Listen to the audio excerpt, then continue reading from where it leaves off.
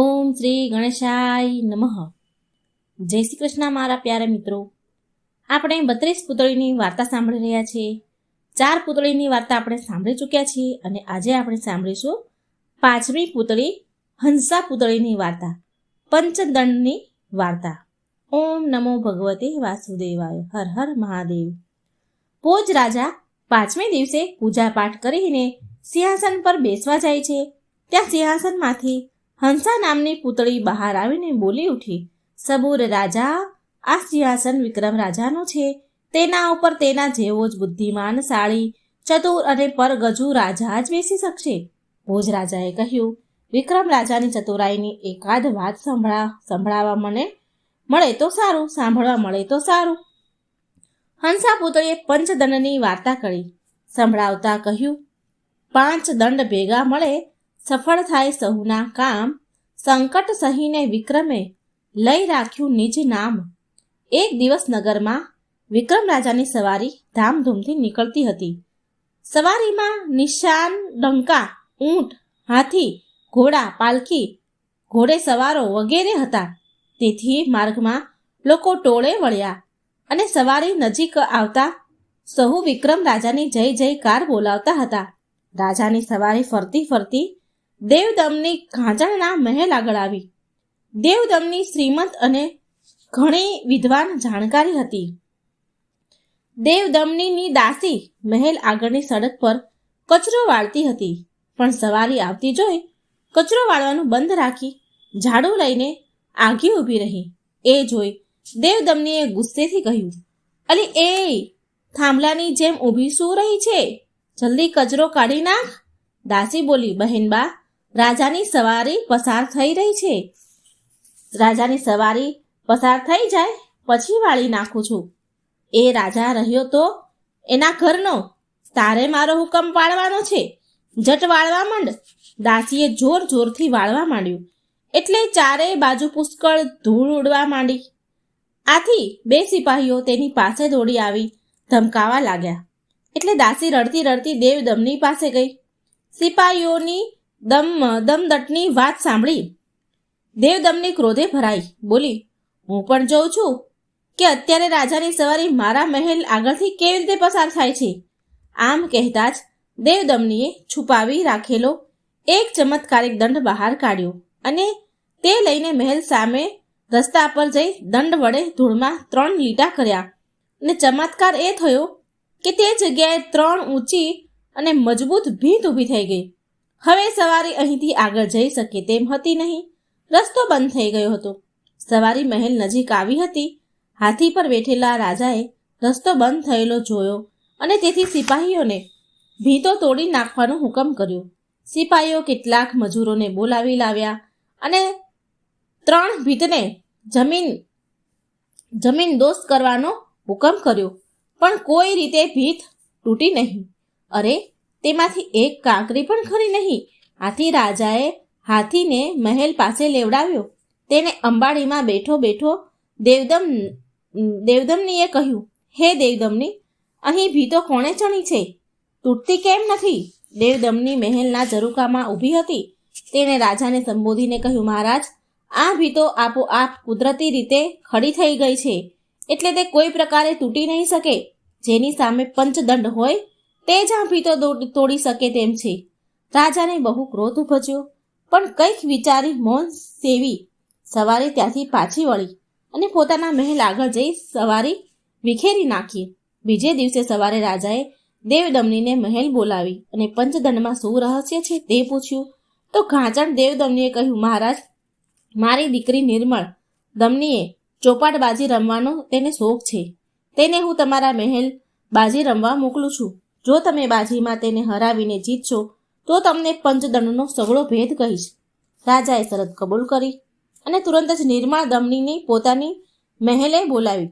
તે 16 શણગાર સજીને આવી હતી, તેથી સ્વર્ગની અપ્સરા સમ શોભતી હતી. રાજાએ તેને આવકાર આપી સામે બેસાડી કહ્યું, હે નિર્મળ દમની, ચોપાટની બીજી બાજી કરતાં 3 પાસાની રમતમાં વધુ મજા આવશે. તે ફાવશે?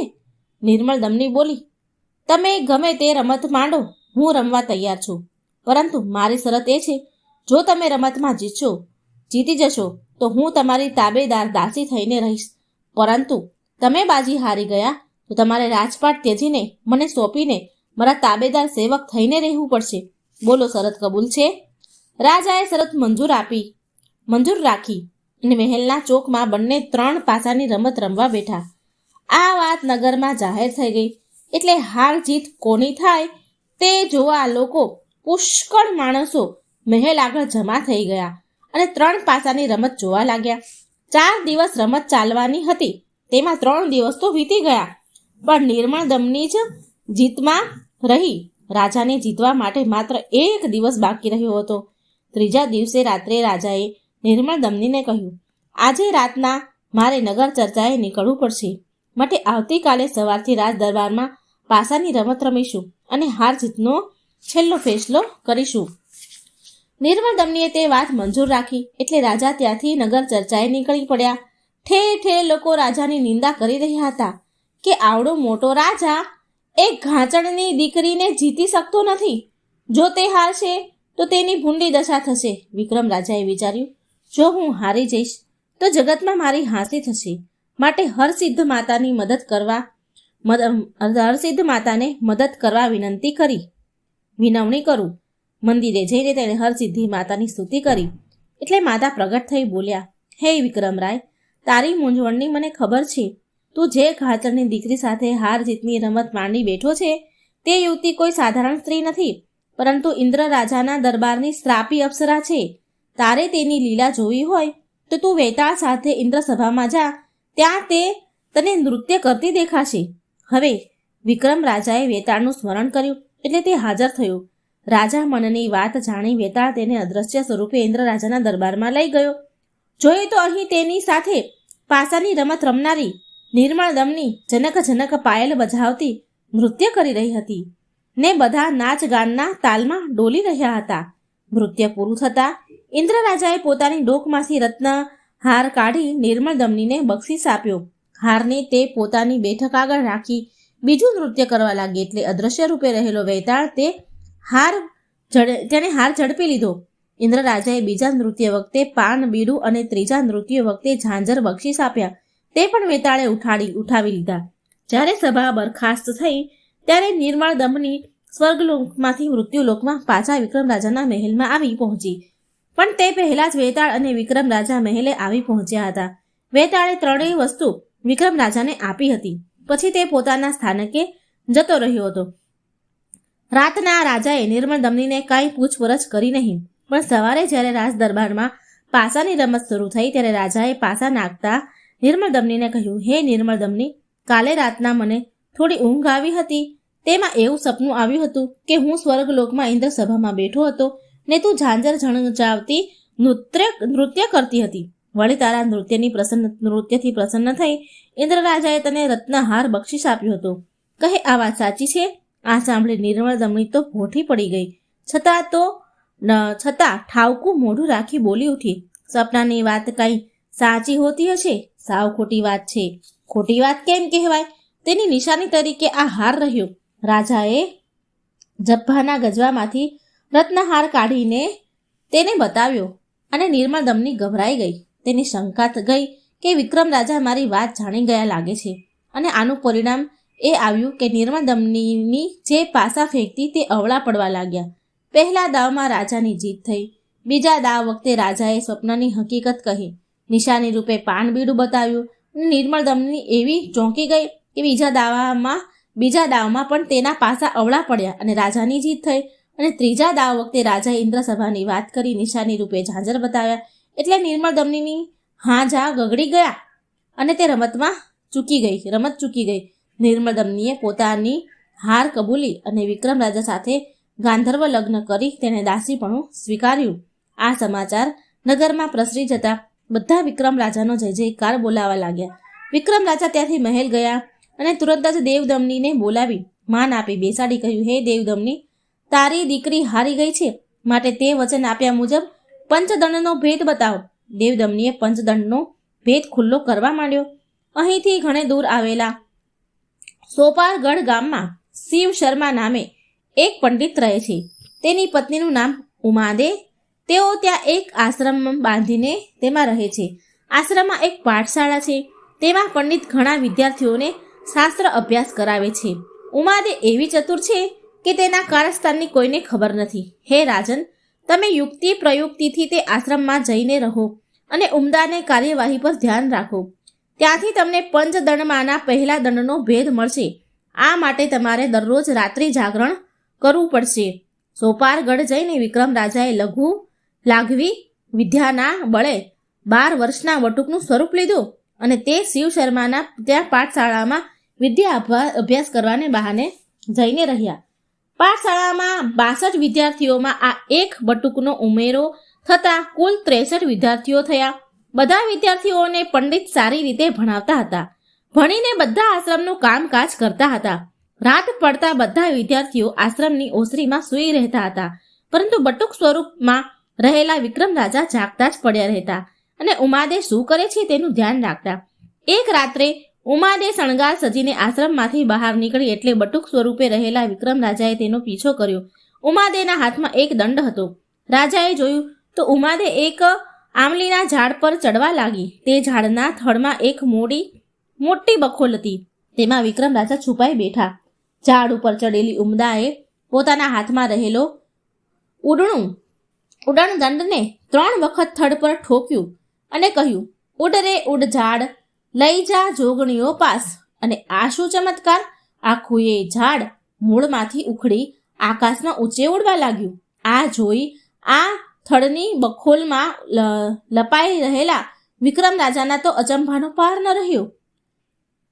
ઉડતા ઝાડે થોડી જ વારમાં 100 જોજનનો પંથ કાપી નાખ્યો. ત્યાં એક માણસ દેખાતા ઝાડ નીચે ઉતર્યું અને માણસમાં થંભી ગયું.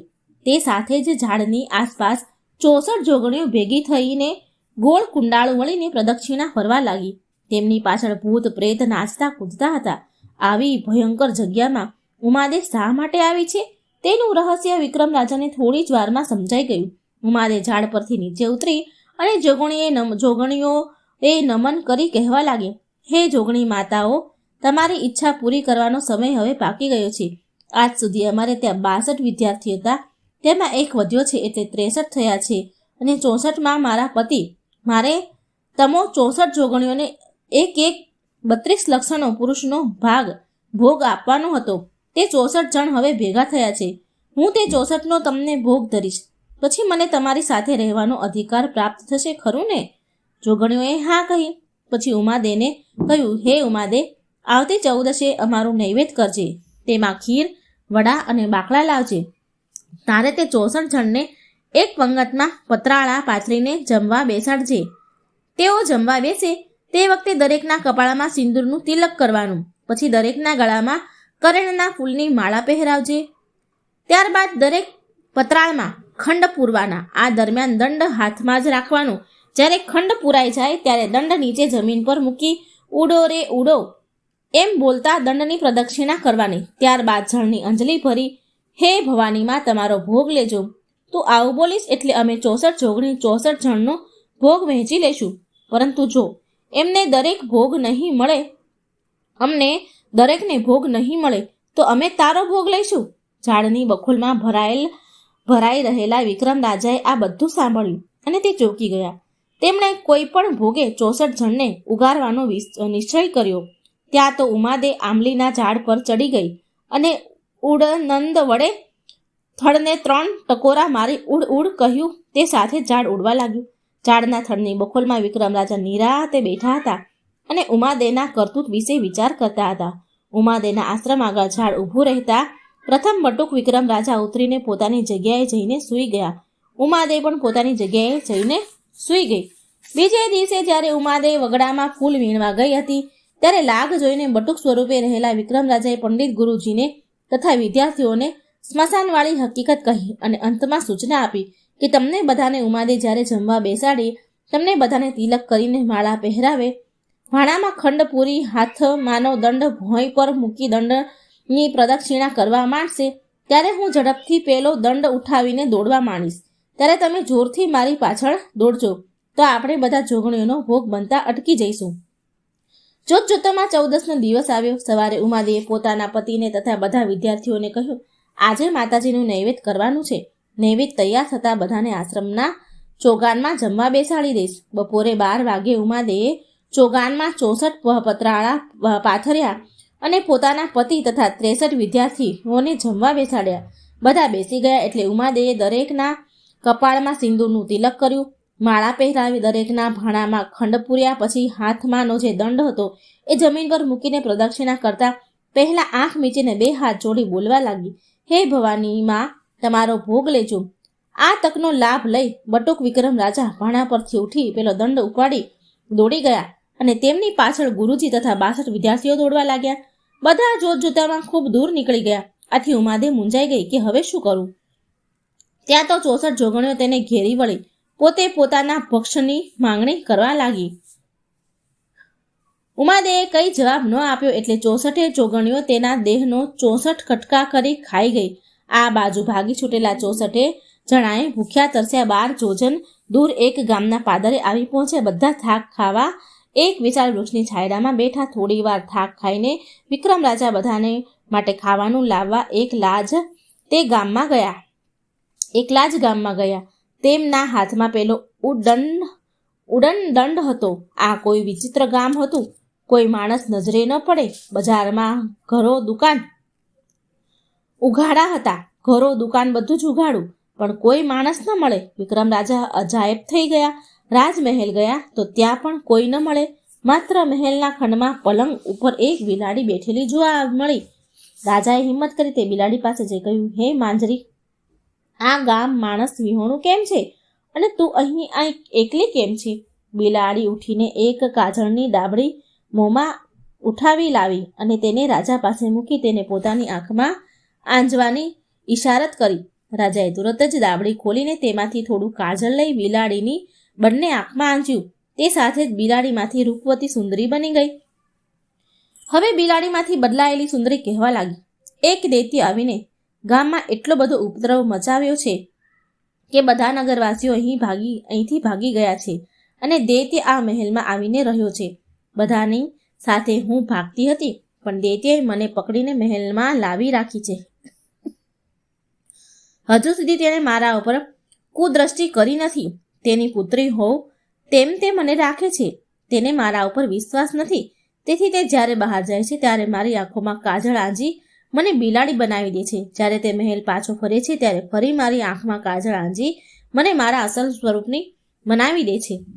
હે મહાપુરુષ, તમે કોઈક સાહસિક પુરુષ લાગો છો. તેથી જ હિંમત કરીને આ ઉજ્જડ ગામમાં પ્રવેશી છેક મહેલ સુધી આવી મહેલના દાખલ થયા છો. પરંતુ દૈત્ય હવે પાછો ફરવાની તૈયારીમાં છે.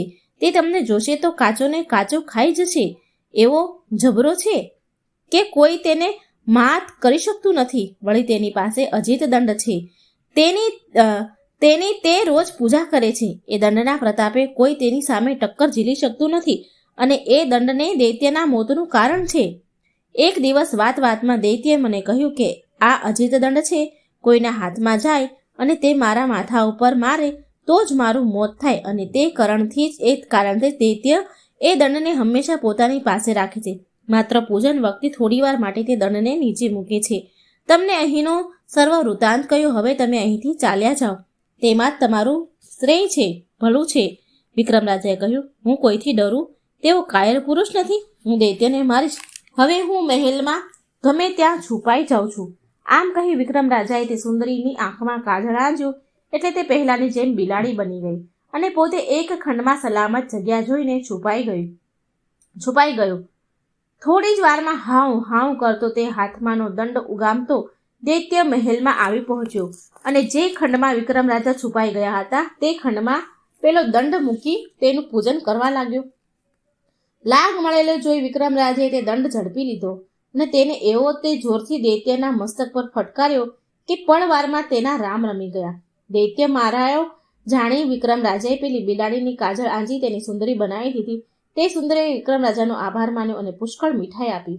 મીઠાઈ લઈને તેમજ દૈત્યોનો અજીત દંડ લઈને વિક્રમ રાજા પેલા 63 જણા પાસે ગયા. બધાને પેટ ભરીને મીઠાઈ આપી અને ખાધી અને આરામ કરવા ત્યાં જ રોકાયા. ત્યાં સુધીમાં મહેલમાં રહેલી સુંદરીઓ ગામની બહાર આવી જતા આવતા વટે માર્ગો મારફત વાત ફેલાઈ કે જે ગામને દૈત્ય ઉજ્જળ બનાવ્યું હતું તે દૈત્યને કોઈ પરાક્રમી પુરુષે મારી નાખ્યો છે, માટે ગામના રહેવાસીઓએ વિના ભયે ગામમાં આવીને વસ્યા. આ સમાચાર ચારે બાજુ પવન વેગે પ્રસરી જતા તે ગામના પ્રજાજનો હરખભેર ગામમાં પોતાની જગ્યાએ આવી ગયા. ગામનો રાજા પણ પોતાના કુટુંબીઓ સાથે મહેલમાં આવીને વસ્યો.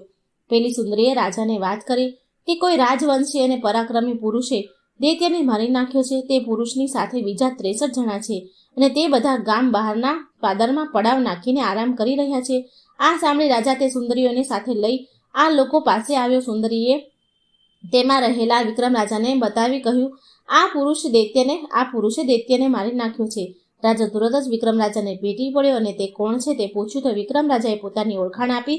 રાજા બધાને માન સહિત પોતાના મહેલ લઈ ગયો અને તેઓની સારી સરભરા કરી. બીજે દિવસે રાજાએ પોતાની કુંવરી જે પેલી સુંદરી હતી તેને વિક્રમ રાજા સાથે ધામધૂમથી પરણાવી અને તેને સારો કરિયવાર આપી વળાવી.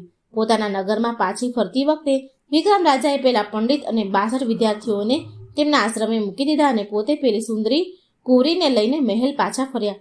આ રીતે વિક્રમ રાજા પાસે 2 દંડ ભેગા થયા. એક તો ઉમાદેનો ઉડન દંડ અને બીજો દૈત્યનો અજિત દંડ. હજુ વિક્રમ રાજાને 3 દંડ મેળવવાના બાકી હતા. બીજે દિવસે રાજાએ દરબાર ભર્યો. દેવદમની ઘાંચણને બોલાવી અને તે 2 દંડ બતાવી સર્વ વૃતાંત કહ્યા. એટલે દેવદમનીએ વિક્રમ રાજાને ધન્યવાદ આપી ત્રીજા દંડનો ભેદ જણાવવાનું કહ્યું. હે વિક્રમરાય, તમારે હવે ત્રંબાવટી નગરીમાં જવું પડશે. માર્ગમાં મહીસાગર આવશે, તેમાં સ્નાન કરી યુક્તિ કરીને ત્રંબકેશ રાજાના મહેલમાં ભરાઈ રહેજો ને ત્યાં થતી લીલા જોજો. જોત જોતામાં રાજા અદ્રશ્ય સ્વરૂપે ત્રંબાવટી નગરીમાં ત્રંબકસેન રાજાના મહેલમાં પહોંચી ગયા અને ત્યાં શું બને છે તેનું ધ્યાન રાખવા લાગ્યા. થોડીક વાર પછી એક સાંઢણી સવાર મહેલના ઝરૂખા આગળ આવ્યો અને ગુપ્ત માર્ગે થઈને મહેલમાં દાખલ થયો ને સીધો રાજકુંવરીના શયનખંડમાં પ્રવેશ્યો. મધરાત થઈ હતી છતાં કુંવરી રત્નમંજરી જાગતી સૂતી હતી. આગતુકને જોઈને તે મલકાઈ. પછી તેને ખબર અંતર પૂછીને માણસને થોડીવાર બહાર ઊભા રહેવા કહ્યું. વિક્રમ રાજા આ બધું જ જોઈ રહ્યા હતા. એવામાં એક અજબ બનાવ ત્યાં બન્યો. વિક્રમ રાજાના મહેલનો દામોદર નામનો પોપટ ઉડતો હતો મહેલના ઝરૂખામાં આવ્યો. તેની ડોકમાં એક ચિઠ્ઠી બાંધેલી હતી.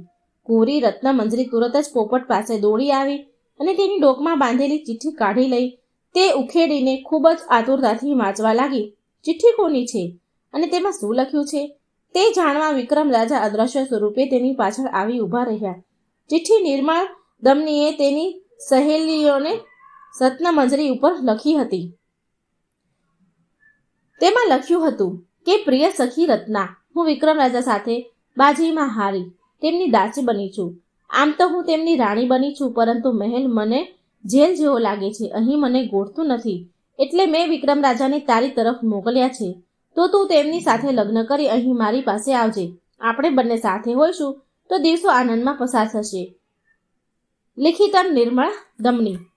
રત્નમંજરીએ ચિઠ્ઠી વાંચી અને પછી ખડખડાટ હસી અને બબડી, નીમુ, તું અક્કલની અધૂરી કે તેની દાસી બની? બાકી હું તો વિક્રમ જેવો કેટલાયને મારા કબજે કરું તેવી છું. તારું ભાગ્ય એવું કે તું હારી ગઈ. મારી પાસે અભય દંડ છે, તેથી હું મારું ધાર્યું કરી શકું તેમ છું. આમ બબડી. રત્નમંજરીએ નિર્મળ દમનીની ઉપર એક ચિઠ્ઠી લખી. તેમાં જણાવ્યું કે પ્રિય સખી નીમુ, તું સુખી રહે તે શુભેચ્છા છે. તારી ઈચ્છા પ્રમાણે વર્તી શકું તેમ નથી તો દરગુજર કરજે. લિખિતન રત્નમંજરી. રત્નમંજરી આ ચિઠ્ઠી દામોદર પોપટની ડોકમાં બાંધી એટલે પોપટ ઉડી ગયો. પછી તેણે દાસીને બોલાવી રત્નો ભરેલી એક પેટી અને પોતાનો અભયદંડ તેને આપી મહેલ બહાર ઉભેલા સાંઢણી ઉપર મૂકી આવવા આજ્ઞા કરી. અદ્રશ્ય સ્વરૂપે રહેલા વિક્રમ રાજા તુરત જ સાંઢણી પાસે પહોંચી ગયા. ત્યાં સાંઢણી સવાર ઊભો હતો. પેલી દાસીએ રત્નોની પેટી અને અભયદંડ તેને આપ્યા. તેણે તે બંને વસ્તુ સાંઢણી ઉપર રાખી એટલે દાસી મહેલમાં ચાલી ગઈ અને વિક્રમ રાજાએ વેતાળનું સ્મરણ કર્યું એટલે વેતાળે પેલી પેટી અભયદંડ બંને ઉઠાવી લીધા. સાંઢણી સવાર રત્નમંજરીની રાહ જોતો ઊભો હતો. વિક્રમ રાજા પોતાના અસલ સ્વરૂપમાં આવી સાંઢણી સવારને ધમકાવતા બોલ્યા, અલ્યા તું કોણ છે? કોરી રત્નમંજરી ને ભગાડીને ક્યાં લઈ જવા માંગે છે? સાંઢણી સવારે જવાબમાં મ્યાનમાંથી તલવાર ખેંચી કાઢી અને ઉગામવા જાય તે પહેલા વિક્રમ રાજાએ પોતાની તલવારથી તેને ઝટકી નાખ્યો. તેને મારી નાખી. વિક્રમ રાજાએ તેના કપડાં ઉતારી પહેરી લીધા અને તે પોતે સાંઢણી સવાર બની ગયા. સાંઢણી સવાર શબને થોડેક દૂર એક ખાડામાં મૂકી દીધું અને પછી પોતે સાંઢણી સવારના વેશમાં સાંઢણી આગળ આવી ઊભી. થોડી વાર રત્નમંજરી 16 શણગાર સજીને હરખભેર સાંઢણી પાસે આવી. સાંઢણી ઉપર બેસી ગઈ. તેની પાછળ સાંઢણી સવાર બનેલા વિક્રમ રાજા બેસી ગયા. પછી ડચકારા કરી સાંઢણીએ ઊભી કરી અને સાંઢણીને દોડાવી મૂકી. પણ સાંઢણીને બીજા માર્ગે જતી જોઈ રત્નમંજરીએ પૂછ્યું, અરે, આપણે તો બીજી દિશામાં જવાનું છે ને, આમ ક્યાં લઈ જાય છે?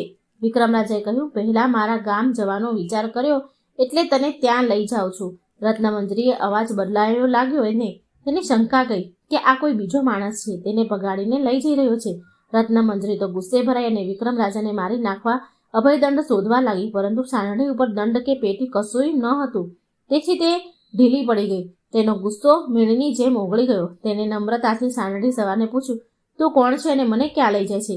વિક્રમ રાજાએ કહ્યું, તને માળવા લઈ જાઉં છું. ત્યાં મારી અંઠગ જુગારી તરીકે ખ્યાતિ છે. વળી રૂપાળી સ્ત્રીઓનો ચોર તરીકે સૌ મને ઓળખે છે. આ સાંભળી રત્નમંજરીના મોતિયા મરી ગયા. તે મનમાં પસ્તાવો કરવા લાગી કે જો મેં નિર્મળ દમનીને કહેવું માની વિક્રમ રાજાને પરણવાનું નક્કી કર્યું હોત તો મારી આવી દશા થાત નહીં. આ અધમ જુગારી અને વ્યાભિચારી કોણ જાણે મારી કેવી એ દશા કરશે. આમ મનમાં વિચારીને તે સાંઢણી સવારને કહેવા લાગી, મારી સાથે છળકપટ કરીને તું મને ભગાડી જાય છે, પણ તારું શ્રેય નહીં થાય. જો હું તને શ્રાપ આપીશ તો તારું ધનોત નીકળી જશે. વિક્રમ રાજા હસીને બોલ્યા, હે ગૌરી, તું ધારે છે તેવો અધમ હું નથી. તારી જ્યાં જવાની ઈચ્છા હોય હું તને ત્યાં પહોંચાડી દઈશ. બોલ, તારે ક્યાં જવાની ઈચ્છા છે? મને ઉજ્જૈની નગરીમાં વિક્રમ રાજાના મહેલે પહોંચાડી દેશો તો ભગવાન તમારું ભલું કરશે. હવે વિક્રમ રાજાએ પોતાની ઓળખાણ આપી, તેથી રત્નમંજરીએ અપાર હર્ષ થયો તેને. રાજા તેને મહેલ લઈ ગયા. બંને સખીઓ એકબીજીને ભેટી પડી. તે જ રાત્રે વિક્રમ રાજાએ રત્નમંજરી સાથે ગાંધર્વ લગ્ન કર્યા અને નિર્મળ દમનીની ઈચ્છા પૂરી કરી. વિક્રમ રાજા રત્નમંજરીને પોતાના મહેલ લઈ આવ્યા. તે પહેલા માર્ગમાં શું બન્યું હતું તે જોઈએ. દામોદર પોપટનો મિત્ર ગંગારામ વિમળપુરમાં એક ગુણિકાને ત્યાં રહેતો હતો. દામોદર પોપટ ત્યાં જઈ મિત્રને મળ્યો. પછી બંને વાતો કરવા લાગ્યા. આ વખતે ગુણકા ત્યાં જ ઊભી હતી. તે બંનેની વાતો સાંભળવા લાગી. દામોદર પોપટ કહે, દોસ્ત ગંગારામ, મારા માલિક વિક્રમ રાજાએ દેવદમની કાચરની દીકરી નિર્મળ દમનીને બાજીમાં હરાવી તેની સાથે લગ્ન કરી લીધા છે. નિર્મળ દમનીને તે સહીપણી એટલે કે સખી રત્નમંજરી તંબાવટી નગરીમાં રહે છે. તે બહુ જ રૂપાળી છે. મેં સંદેશો આપ્યો તે વખતે રત્નમંજરી બહાર જવાની તૈયારી કરી રહી હતી. મારી ધારવા પ્રમાણે તે સાંઢણી ઉપર બેસીને થોડી જ વારમાં આ તરફ નીકળશે. રત્નમંજરીને ફસાવા ગુણકા નગર બહારના મોટા રસ્તે જઈને એક પથરા ઉપર બેઠી. સવાર પડવાને જ હજુ ઘણી વાર હતી, તેથી સાંઢણીની રાહ જોતી બેસી. જ્યાં રાત વીતી અને પ્રભાત થયું કે સાંઢણી ત્યાં આવીને ઊભી રહી. સાંઢણીને બેસાડી વિક્રમ રાજા અને રત્નમંજરી નીચે ઉતર્યા. પછી એક ઝાડ નીચે જગ્યા સ્વચ્છ કરી ત્યાં પાથરણું પાથરી રત્નમંજરીને બેસાડી વિક્રમ રાજા ખાવાનું લેવા નગરમાં ગયા. પેલી ગુણકા દૂર બેઠી હતી. તે ધીમે ધીમે રત્નમંજરી પાસે આવી ઠવકાઈથી કહેવા લાગી, અરે કોણ રત્ના? તું તો મારી બહેનની દીકરી. હું તારી માસી થાઉં. ગાંડી, ગામમાં માસીનું ઘર હોય ને તું જમ્યા વગર જાય? તે બને ખરું? ચાલ મારે ઘેર. તારા વર ગામમાં જવા નીકળ્યા ત્યારે મેં તેમને મારી ઓળખાણ અને ઘરની એંધાણ આપી છે, તેથી તે બારોબાર મારે ઘેર આવી પહોંચે. ભોળી રત્નમંજરી સાચું માનીને ગુણકાની સાથે લઈ ગઈ. પણ ત્યાં ઘણીવાર રાહ જોવા છતાં પણ ખાવાનું લેવા ગયેલા વિક્રમ રાજા ન આવ્યા. ત્યારે તે મૂંઝાઈને રડવા લાગી. ગુણકાએ તેને ખોટા આશ્વાસન આપી સમજાવી, પણ રાત પડતા જ રત્નમંજરી ગુણકાના ઘરમાંથી ભાગીને બચાવો બચાવોની બૂમો પાડતી નગરના દરવાજા તરફ જવા લાગી. તેની બૂમરાણ સાંભળીને કેટલાક લોકોએ તેને આંતરીને પૂછ્યું, હે બાઈ, તને શું દુઃખ છે? આમ ગભરાયેલી કેમ છે? રત્નમંજરી રડતી રડતી કહેવા લાગી, મારા પતિ નગરમાં ખાવાનું લેવા ગયા, તે પછી પાછા આવ્યા નથી. તેમનો વિયોગ મારાથી સહન થતો નથી, એટલે હું નદી કાંઠે ચિતા સળગાવી બળી મરવા માંગુ છું. લોકોએ તેને સમજાવી, પણ કોઈનું ન માનતા રત્નમંજરી નદી તરફ દોડી ગઈ અને સૂકા લાકડા વીણી લાવી ચિતા રચી. હવે તે ચમકથી ચિતા સળગાવી અંદર પડે એટલી જ વાર હતી. આ બાજુ વિક્રમ રાજા જે ખાવાનું લઈને ક્યારના ઝાડ નીચે આવી બેઠા હતા, તેઓ ગામમાં રત્નમંજરીની શોધ કરતા કરતા ત્યાં લોકો પાસેથી જાણવા મળ્યું કે કોઈ રૂપાળી સ્ત્રી તેના ધણીને શોધતી નદી કાંઠે બળી મરવા ગઈ છે. આવું જાણતા વિક્રમ રાજા નદીએ દોડીને આવ્યા. તેમને જોતા જ રત્નમંજરીની આંખમાં હર્ષના આંસુ આવી ગયા અને એકદમ ભેટી પડી બંને પેલા ઝાડ નીચે આવ્યા અને પેટ ભરી મીઠાઈ ખાઈ આરામ કરવા સૂતા.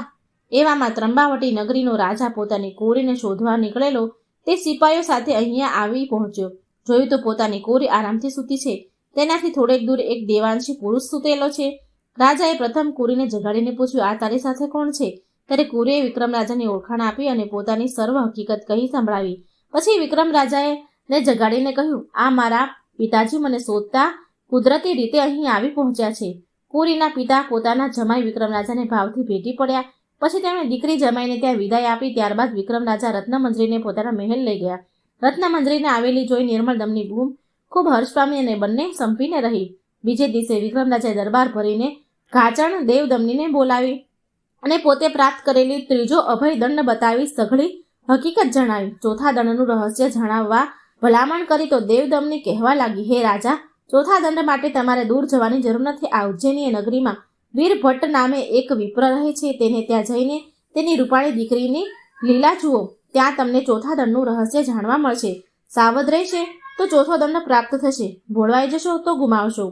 એ રાતના વિક્રમ રાજા મજૂરનો વેશ લઈને બ્રાહ્મણ વાડામાં ગયા અને વીરભટ્ટની ઘરની ભાળ કાઢી તેનાથી ત્રીજા ઘરના ખાલી ઓટલા ઉપર બેઠા. જ્યારે રાત્રિના 2 પ્રહર વીત્યા ત્યારે વીરભટ્ટના ઘરમાંથી તેની રૂપાળી દીકરીનું સુંદર વસ્ત્રો આભૂષણોમાં સજ્જ થઈ હાથમાં પાતાળ દંડ લઈને નીકળી બજારના માર્ગે જવા લાગી. વિક્રમ રાજાએ મજૂર વેશમાં તેનો પીછો કર્યો. બ્રાહ્મણની દીકરી બજારમાં એક માળીની બંધ દુકાન આગળ આવી ત્યારે ત્યાં તેની 3 સખીઓ પણ આવી લગ્નની સામગ્રી લઈને તેની રાહ જોતી ઊભી હતી. તેમાં એક પ્રધાન પુત્રી હતી, બીજી વાણિક પુત્રી હતી, ત્રીજી ક્ષત્રિય પુત્રી હતી. આ 4 સખીઓ એક જ વરને પરણવાની પ્રતિજ્ઞા એણે લીધી હતી, એટલે સામે પગલે પરણવા જઈ રહી હતી. લગ્નની સામગ્રીમાં કંકુ, નાડાછડી, શ્રીફળ, સોપારી, ખારેક, મીઠાઈ, ફૂલમાળા વગેરે હતું. તેને એક લુગડામાં બાંધી મોટું પોટલું બાંધી રાખ્યું હતું. પણ એ પોટલું ઉઠાવે કોણ? ચતુર વિક્રમ રાજા મજૂર વેશે ત્યાં જઈ ઊભા અને બોલ્યા, તમારે મજૂર જોઈએ છે? 4 જણી બોલી ઉઠી, હા, ચાલ, પોટલું ઉપાડ, અમારી પાછળ આવવા માંડ. રાજાએ પોટલું અધ્ધર કરી માથે મૂક્યું એટલે 4 જણી ચાલવા લાગી. તેમની પાછળ રાજા પોટલા સાથે જઈ રહ્યા હતા. 4 જણીઓ ચાલતી ચાલતી હરસિદ્ધિ માતાના મંદિર આગળ આવી અને મજૂરને સામાન સાથે બહાર બેસાડી અંદર માતાના દર્શને ગઈ.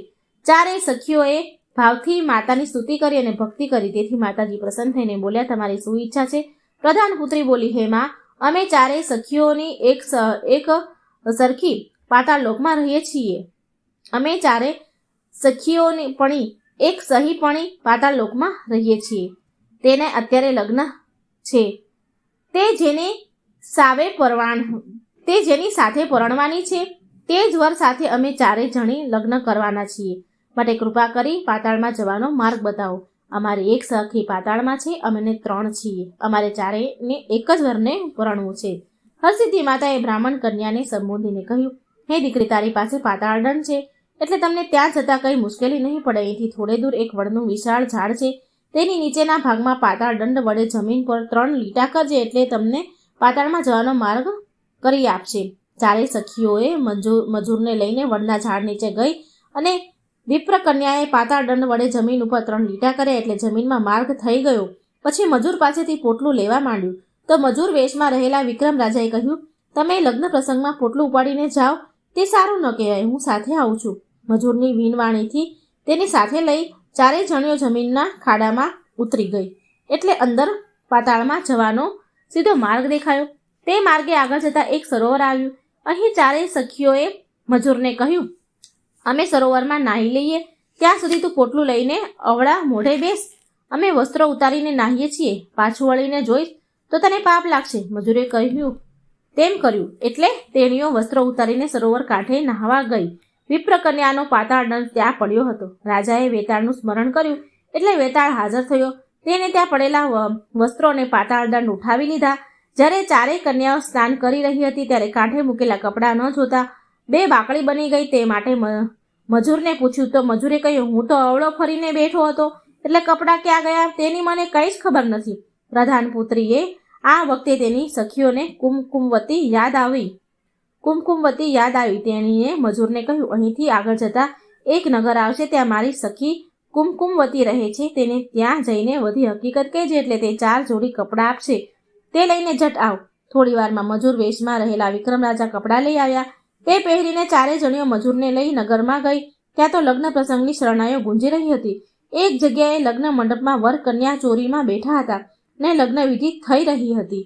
અહીં વિક્રમ રાજાની સૂચનાથી વેતાળે વરને ઉઠાવ્યો ને મંડપમાં બૂમાબૂમ થઈ ગઈ. વરરાજા ક્યાં ગયા તેની કોઈને ખબર પડી નહીં. હવે કન્યાને પરણાવવાની શી રીતે? વળી આ 4 સખીઓ પણ તે જ વર સાથે પરણવાની હતી. 5 સખીઓએ હાલ તુરત જ મજૂર સાથે પરણાવવાનું નક્કી કર્યું. ત્યાં સુધીમાં વર મળી આવે તો મજૂરને હાંકી કાઢો. આમ વિચારીને બ્રાહ્મપુત્રી મજૂરને ચોરીમાં ખેંચી લાવી અને 5 સખીઓએ તેની સાથે હસ્તમેળાપ કર્યા. વિક્રમ રાજાને 5 કન્યાઓ ગમી ગઈ હતી.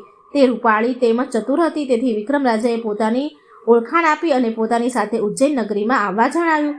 વિક્રમ રાજા જેવા વર મળવાની 5 સખીઓને હર્ષ પામી અને તેમની સાથે ઉજ્જૈન નગરીમાં રાજમહેલમાં જઈને રહી. હવે વિક્રમ રાજા પાસે 4 દંડ ભેગા થઈ ગયા હતા. 5મા દંડની પ્રાપ્તિ માટે તેમને દેવદમનીને રાજ દરબારમાં બોલાવી 4થો દંડ બતાવ્યો. 5મા દંડનું રહસ્ય જણાવવાની ભલામણ કરી. દેવદમનીએ કહ્યું, હે રાજન, આ વખતે પણ તમારે આ નગરીમાંથી જ 5મો દંડ ભેદ મેળવવાનો છે. નગરમાં ધનવંત શેઠ ખૂબ જ જાણીતા છે. તેમને ત્યાં જઈશું લીલા થાય છે તે જુઓ. ત્યાંથી તમને 5મા દંડનો ભેદ જાણવા મળશે. વિક્રમ રાજા નિશાની મુજબ ધનવંત શેઠની હવેલીમાં અદ્રશ્ય સ્વરૂપે દાખલ થઈ ગયા. ત્યારે સંધ્યા ઢળી ગઈ હતી. શેઠ શેઠાણી વાળું કરીને શયનગૃહમાં વાતો કરતા બેઠા હતા.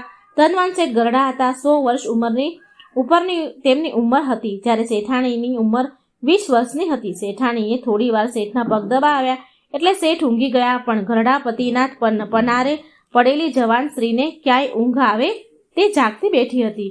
વિક્રમ રાજા શયનખંડમાં અદ્રશ્ય સ્વરૂપે લપાઈને બેઠા હતા. થોડી વારે એક ચોર શેઠની હવેલીમાં ચોરી કરવા આવ્યો. ભીંત કોંચીને ઘરમાં દાખલ થયો હતો. તિજોરી શયનખંડમાં હતી. તે ઘરમાં ખાંખા ખોળા કરતો શયનખંડમાં આવ્યો. અદ્રશ્ય સ્વરૂપે રહેલા વિક્રમ રાજાએ તેને જોયો. હવે ચોર શું કરે છે તે જાણવા તે ખૂબ આતુર થઈ ગયા હતા. આ ચોર અધિક રૂપાળો હતો. તેને જોઈ તેના સ્વરૂપથી શેઠાણી અંજાઈ ગઈ.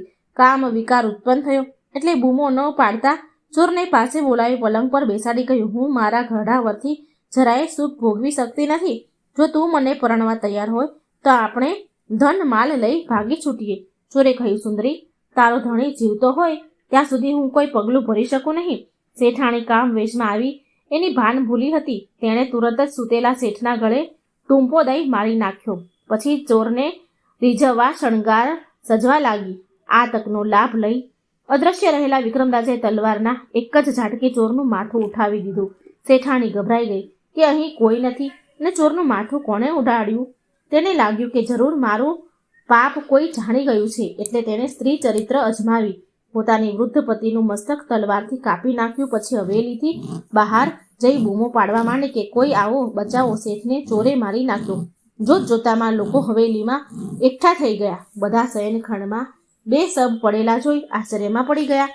બધાએ શેઠાણીની વાત સાચી માની. ખરી હકીકત માત્ર અદ્રશ્ય સ્વરૂપે રહેલા વિક્રમ રાજા જાણતા હતા. શેઠાણીએ પાપ કર્યું હતું તેને ઢાંકવા તે વાળ છૂટા કરીને મોટે સાદે બોલવા લાગી, મારા પતિ વગર હું જીવી નહીં શકું. હું પણ તેમની પાછળ બળીને સતી થઈ જઈશ. થોડીવાર પછી લોકો બંને શબને નનામીમાં બાંધી સ્મશાને લઈ ગયા. તેમની પાછળ શેઠાણી જય અંબે કરતી ગુલાલ ઉડાડતી સતી થવા નીકળી. બધા સ્મશાને પહોંચ્યા ત્યારે વિક્રમ રાજા પોતાના અસલ સ્વરૂપમાં ત્યાં હાજર થયા અને પતિ પાછળ બળી મરવા તૈયાર થયેલી શેઠાણી પાસે જઈને કહેવા લાગ્યા, હે બાઈ, તું હજી જુવાન જોત છે. વળી તે ગરડા પતિ સાથે કંઈ સુખ ભોગવ્યું નથી. માટે બળી મરવા કરતા હવેલીમાં પાછી જાને, ખાઈ પીને મજા કર. તારા બધા ઢોંગ હું જાણું છું. તે તારા પતિને મારી નાખ્યા છે તે મેં નજરે જોયું છે. અને તું જેના પર મોહી પડી ભાંગી છૂટવા તૈયાર થઈ હતી તે ચોરને મેં જ ઝટકાવી માર્યો છે. શેઠાણી હવે નરમ પડીને રાજા આગળ ખોળો પાથરીને કહેવા લાગી, રાજન, મારા અપરાધની માફી આપો. મારી ઇજ્જત આબરૂ તમારા હાથમાં છે. હું પતિ પાછળ મરી સતી થવાની છું, તો મારા આશીર્વાદ મેળવો. હે રાજન, આખા જગતમાં છળ કપટ ચાલે છે. મોટા ઘરની મોટી બોલ હોય છે. મારે ત્યાં તમે નજરે નિહાળ્યું. હવે ગામની કૂંચી કદોયણને ત્યાં જઈને તમે ત્યાંની ચર્ચા જોશો તો તમને કંઈક નવું જ જાણવા મળશે. તેને સતી થવાથી રજા આપી વિક્રમ રાજા અદ્રશ્ય સ્વરૂપે કૂંચી કદોયણના ઘરમાં પ્રવેશી જાય છે. ત્યાં હિંડોળા ખાટ પર બેઠેલી કૂંચી કદોયણ તેમને આવકાર આપવા ઉઠતી બોલી, પધારો મહારાજા ધીરાજ, આપના પુનિત પગલા મારે ત્યાં ક્યાંથી? આ સાંભળી વિક્રમ રાજાનો આશ્ચર્યનો પાર ન રહ્યો, કારણ કે તે પોતે અદ્રશ્ય સ્વરૂપે હોવા છતાં કૂંચી કદોયણ જોઈ શકતી હતી. શંકાનું નિવારણ કરવા રાજાએ તેને પૂછ્યું, હે કૂંચી, હું તો અદ્રશ્ય સ્વરૂપમાં છું, છતાં તે મને કઈ વિદ્યાથી ઓળખી કાઢ્યો? કૂંચીએ કહ્યું, મારી પાસે એક જ્ઞાન દંડ છે, તેથી હું દરેક અદ્રશ્ય વસ્તુને જોઈ શકું છું, સામેના મનની વાત જાણી શકું છું. આ સાંભળી વિક્રમ રાજા બોલ્યા, મેં સાંભળ્યું છે કે સ્ત્રી માત્રમાં કોઈ એબ હોય છે, તો મને તે બાબતની ખાતરી કરાવો. કૂંચી કદોયણે વિક્રમ રાજાને કહ્યું, મહારાજ, હું તમને લાકડાની પેટીમાં પૂરી દઉં છું. તેમાં એવી તિરાડો રાખી છે કે બહારનું શું બને છે તે જોઈ શકાય અને કોની વાતચીત સાંભળી શકાય. રાજાને પેટીમાં પુરાયા અને થોડી વાર થઈ હશે ત્યાં રાજાનો પ્રધાન કદોયણ પાસે આવ્યો. કદોયણ તેને આવકાર આપી પેલી પેટી નજીક પડેલા આસન ઉપર બેસાડ્યો. પછી પૂછ્યું, પ્રધાનજી, કામ સેવા ફરમાવો. પ્રધાને કહ્યું, હે કદોયણ, મારે રાજાની પટરાણી સાથે પ્રેમ છે. તેના મિલન માટે હું તડપી રહ્યો છું. તું મને ગમે તે યુક્તિના રાજાના મહેલમાં પટરાણી પાસે પહોંચાડી દે, તો તારો ઉપકાર જિંદગીભર નહીં ભૂલું. કદોયણે પ્રધાનને પેલી પેટી પર જ બેસાડ્યો. પછી પેટી પર 3 વાર ફૂંકો મારી કંઈક મંત્ર ભણી હુકુમ કર્યો, ચાલરી પેટી ઉડ, રાજાના મહેલ જા. વિક્રમ રાજા એ જ પેટીમાં પુરાયેલા હતા. તેમને પ્રધાન ઉપર ખૂબ ક્રોધ ઉપજ્યો હતો, પણ પોતાને સ્ત્રીઓની લીલા જોવી હતી, તેથી મૌન સેવી પડ્યા રહ્યા હતા. ઉડતી પેટી પ્રધાનને પટરાણીના શયનખંડમાં લઈ આવી. પ્રધાનને આવેલું જોઈ પટરાણી હર્ષ ઘેરી થઈને તેને ભેટી પડી. પછી બંને પલંગ પર બેસી એકબીજાને વળગી આનંદ કરવા લાગ્યા, વાતો કરવા લાગ્યા. પેટીમાં પુરાયેલા વિક્રમ રાજાએ પોતાની રાણીની બધી લીલા જોઈ. પ્રધાનજીના ગોરખ ધંધા જોયા, પણ ચૂપચાપ પડ્યા રહ્યા. જ્યારે સવાર પડવાની તૈયારી થઈ ત્યારે પ્રધાન અને પટરાણી મોહપાશમાંથી છૂટ્યા. રાણીની વિદાય થઈ. જેવો પ્રધાન પેટી ઉપર બેઠો કે તુરત પેટી ઉડીને કૂંચી કદોયણના ઘરમાં પહોંચી ગઈ. પ્રધાને કૂંચી કદોયણને મદદ કરવા બદલ આભાર માની વિદાય લીધી. પછી વિક્રમ રાજાને પેટીમાંથી બહાર કાઢી કહ્યું, હે વિક્રમરાય, જોયું ને, તમારા મહેલની પોલ એવી જ રીતે જગત આખું પોલ છે. હવે હું તમને થોડીક લીલા અહીં જ નજરે બતાવું છું. એમ કહી કદોયણ એક સફેદ ભીત પાસે વિક્રમ રાજાને લઈ જઈ બેસાડ્યા. પછી ભીત ઉપર જ્ઞાન દંડ ફેરવ્યો અને મંત્ર ભણતાની સાથે જ ભીત પર જગતના ગોરખધનના અવનવા દ્રશ્યો એક પછી એક દેખાવા માંડ્યા. એ જોઈ રાજાને ખાતરી થઈ ગઈ કે ખરેખર શ્રી ચરિત્રને કોઈ પારખી શક્યું નથી. રાજાએ કૂંચી કદોયણને તેની અપૂર્વ સિદ્ધિ માટે ધન્યવાદ આપ્યો. કૂંચી કદોયણે તેની પાસેનો જ્ઞાનદંડ વિક્રમ રાજાને આપતા કહ્યું, આ જ્ઞાનદંડ તમને ભાવથી અર્પણ કરું છું, તેનું જનકલ્યાણ માટે ઉપયોગ કરજો. તેનો આભાર માની વિક્રમ રાજા જ્ઞાનદંડ લઈને પોતાના મહેલ ગયા. વિક્રમ રાજા પાસે હવે 5 દંડ ભેગા થઈ ગયા હતા. તેમનો હર્ષનો પાર ન હતો. તે 5 દંડ લઈને પેલી ચણાયેલી ભીત પાસે ગયા અને એક પછી એક દંડનો તેના પર પ્રહાર કર્યો, એટલે ભીત અદ્રશ્ય બની ગઈ અને માર્ગ અવર જવર માટે ખુલ્લો થઈ ગયો. જ્યારે વિક્રમ રાજાના પરાક્રમની વાતો પ્રજાએ જાણી લીધી ત્યારે બધા તેમના બિરદાવવા લાગ્યા. વિક્રમ રાજાએ 15 દંડના પ્રતાપે ઘણી ભલાઈના કાર્યો કર્યા અને તેમની કીર્તિ વધુને વધુ પ્રસરવા લાગી. હંસા પુતળીએ પંચદંડની ચમત્કારી વાર્તા પૂરી કરતા કહ્યું, રાજન, જેણે વિક્રમ રાજા જેવા પરાક્રમો અને ભલાઈના કાર્યો કર્યા હોય તે જ આ સિંહાસન ઉપર બેસી શકે. આટલું કહી હંસા પુતળી સહુને અચંબામાં નાખીને સરળ કરતી ઉડી ગઈ. તો મિત્રો, આ હતી 32 પુતળીની વાર્તામાંની 5મી પુતળી. વિડીયો સારો લાગે તો લાઈક અને શેર કરજો અને આ ચેનલને સબસ્ક્રાઈબ કરવાનું ભૂલશો નહીં. જય શ્રી કૃષ્ણ. રાધે રાધે. Thank you.